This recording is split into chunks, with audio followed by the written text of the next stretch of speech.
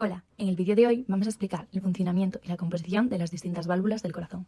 Para ello empezaremos con una definición, ya que las válvulas son estructuras del miocardio que facilitan el paso de la sangre en un único sentido gracias a un sistema de apertura que impide el retroceso de esta. Se encuentran entre las diferentes cámaras cardíacas para permitir el flujo sanguíneo.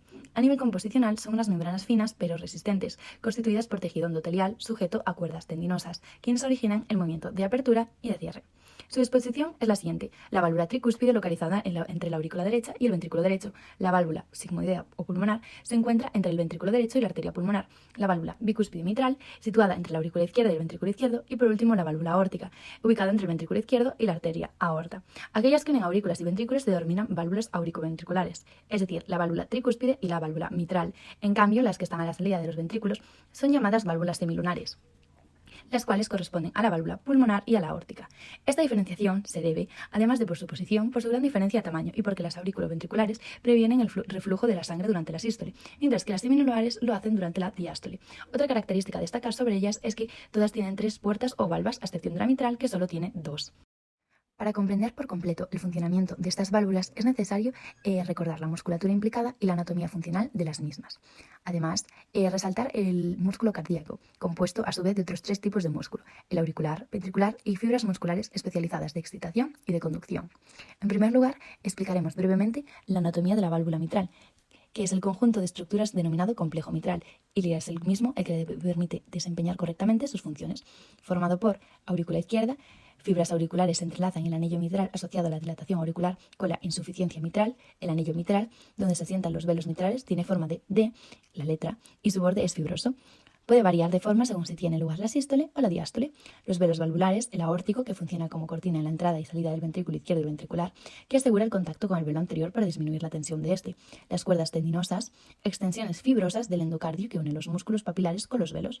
Músculos papilares y pared ventricular relacionados con el miocardio de la aurícula y el ventrículo izquierdo.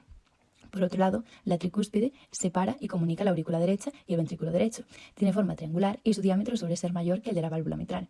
Compuesta por el anillo valvular, menos componente fibroso que el mitral, los velos asimétricos distinguimos 3, el anterior, el septal y el posterior. Por otro lado, los músculos papilares de escaso desarrollo encontramos el anterior, posterior, los septales y el medial. Finalmente, las columnas carnosas, a las cuales se le unen las explicadas cuerdas tendinosas. Pero para entender por completo el papel que desempeñan estas válvulas será necesario detenerse más en su funcionamiento. Las válvulas atrioventriculares, es decir, el tricúspide y las válvulas mitrales, se cierran cuando el gradiente de presión empuja la sangre hacia atrás y se abren cuando un gradiente de presión fuerza la sangre hacia adelante. Por razones anatómicas, las válvulas auriculoventriculares delgadas no requieren casi ningún reflujo para provocar el cierre, mientras que las válvulas semilunares, mucho más pesadas, requieren un reflujo bastante rápido durante unos pocos milisegundos. Válvulas de la arteria aórtica y pulmonar funcionan de manera bastante distinta a las válvulas ya explicadas. Primero, las altas presiones de las arterias al final de la sístole hacen que las válvulas semilunares se cierren de golpe. En segundo lugar, debido a las aberturas más pequeñas, la velocidad de eyección de la sangre a través de las válvulas aórtica y pulmonar es mucho mayor que a través de las válvulas auriculoventriculares. Además, debido al cierre rápido y la expulsión rápida, los bordes de las válvulas aórtica y pulmonar están sujetos a una abrasión mecánica mucho mayor que las válvulas auriculoventriculares. Explicando este funcionamiento, podemos distinguir distintas fases, siendo la primera el llenado pasivo. Es decir, el retorno de la sangre venosa hacia el corazón provoca que las aurículas se llenen de sangre, de modo que será mayor la presión auricular que la ventricular. El propio gradiente de presión hará que la sangre circule desde las aurículas a los ventrículos, empujando las válvulas mitral y tricúspide, que se abrirán permitiendo el flujo en este sentido, mientras que las válvulas sigmoideas permanecerán cerradas. Por otro lado, tenemos el llenado activo. La contracción de las aurículas provoca la expulsión de toda la sangre que contienen hacia los ventrículos. Esto es posible gracias a que en esta fase las válvulas auriculoventriculares, mitral y tricúspide, están abiertas, mientras que las sigmoideas, aórtica y pulmonar, se encuentran cerradas. En tercer lugar, tenemos la contracción isovolumétrica.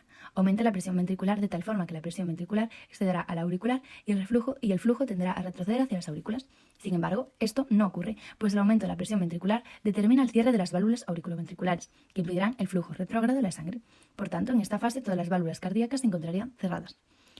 En siguiente lugar tendremos a la eyección, es decir, la presión ventricular también será mayor que la presión arterial en los grandes vasos que salen del corazón, tronco pulmonar y aorta, de modo que las válvulas sigmoideas se abrirán y el flujo pasará de los ventrículos a la luz de estos vasos. A medida que la sangre sale de los ventrículos, la presión ventricular disminuirá y aumentará en los grandes vasos. Del mismo modo, tendremos la relajación isovolumétrica. Corresponde al comienzo de la diástole, o lo que es lo mismo, el periodo de relajación miocárdica. En esta fase, el ventrículo se relaja, de modo que, junto a la salida parcial del flujo de este, ocurrido a la fase anterior, hacen que la presión en su interior descienda mucho, pasando a ser inferior a la de los grandes vasos. Por este motivo, el flujo de sangre se vuelve retrógrado y pasa a ocupar los senos aórtico y pulmonar de las válvulas sigmoideas, empujándolas y provocando que éstas se cierren.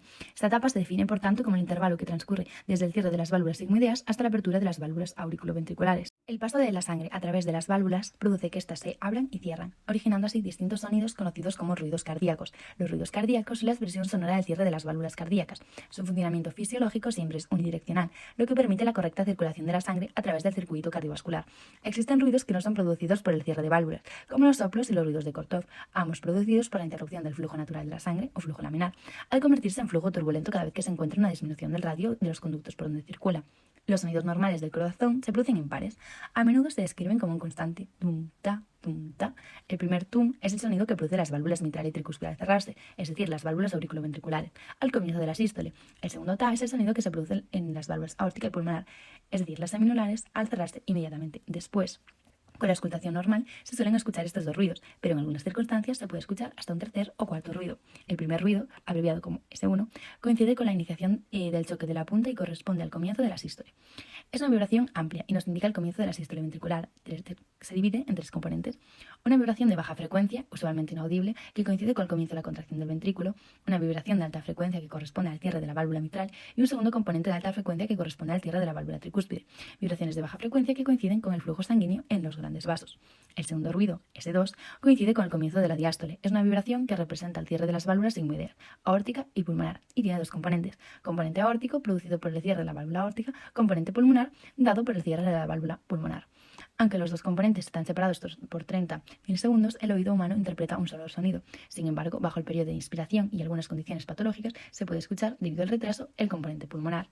El tercer ruido, o S3, es causado por el llenado brusco del ventrículo, debido a la velocidad del flujo aumentado y un volumen de sangre aumentado. Se considera como un hallazgo normal en niños, adolescentes y adultos jóvenes, a veces patológico en el caso de los adultos.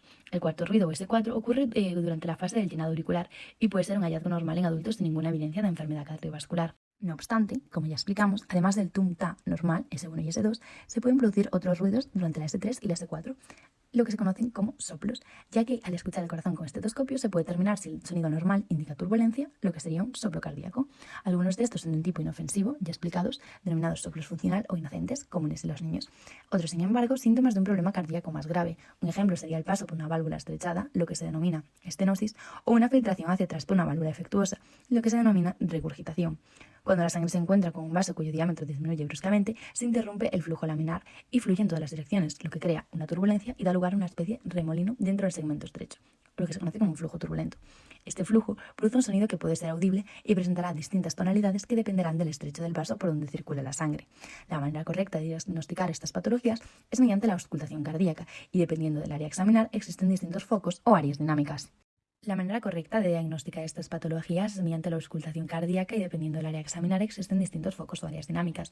Los principales focos son los siguientes: el aórtico, segundo espacio intercostal, línea parasternal derecha, aquí escuchas la aorta descendente; foco pulmonar, segundo espacio intercostal, línea parasternal izquierda, este es el lugar donde mejor se escuchan los ruidos de la válvula pulmonar; foco aórtico accesorio o de Erb, se encuentra bajo el foco pulmonar, zona que se caracteriza por permitir apreciar de mejor forma los fenómenos acústicos valvares aórticos; foco tricúspideo, ubicado en el apéndice sifoides en el borde parasternal izquierdo, el lugar en el que hay más contacto con el ventrículo derecho; foco mitral o apexiano, quinto espacio intercostal, línea medioclavicular izquierda, es donde mejor se escuchan los ruidos generados por la válvula mitral debido a la posición que tiene el ventrículo izquierdo de mayor contacto con la pared costal. De este modo, hay distintas áreas de auscultación extracardíaca. Además de los focos, existen unas áreas que deben explorarse, ya que los hallazgos anormales pueden presentarse en zonas distintas. Algunos ejemplos son el cuello. En los soplos ocasionados por estenosis valvular aórtica o superaórtica se puede encontrar propagación a lo largo de las carótidas, lo mismo que los demás sonidos de eyección.